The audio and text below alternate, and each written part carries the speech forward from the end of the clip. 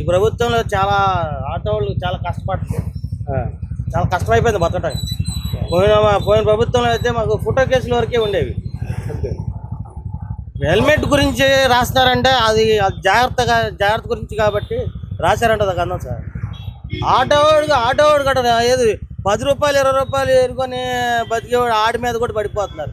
మొన్న ఈ బండి డ్రైవర్కి ఇచ్చా, ఆడేమో కొద్దిగా డ్రింక్ చేస్తున్నాడంట. అవి వెళ్ళి డ్రింక్ అండ్ డ్రింక్ కేసు రాపించాడు. 11,000 కేసు. ఆ 11,000 ఎవడన్నా అప్పు అడుగుదామంటే ఇచ్చేవాళ్ళు లేడు.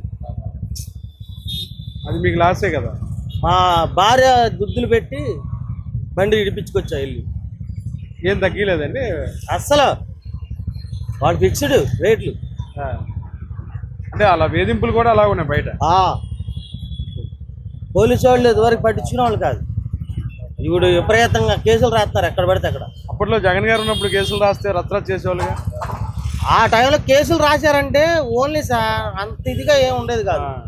మాలాంటి ఆటో వాళ్ళు కొద్దిగా చూసి చున్నట్టు వదిలేసేవాళ్ళు. ఇప్పుడు అది లేదు. అంటే బస్ స్టాప్లో ఆపితే ఎవరికైనా ఇబ్బంది. అవునండి. దానివల్ల ఒక ఫోటో కేసు కొట్టేవాళ్ళు 130 రూపాయలు ఫైన్ కట్టించిన వాళ్ళు. ఎప్పుడన్నా ఆపితే ఆ ఫోటో కేసులన్నీ తిరగదోడించేవాళ్ళు. అవి కట్టుకునేవాళ్ళం. 1000 రూపాయలైనా 2,000 అయినా కట్టుకునేవాళ్ళం. ఇదేంటి సార్ 11,000 20,000 ఎట్లా సార్ మిడిల్ క్లాస్ వాళ్ళు బతికేది అట్లా సార్ మేము.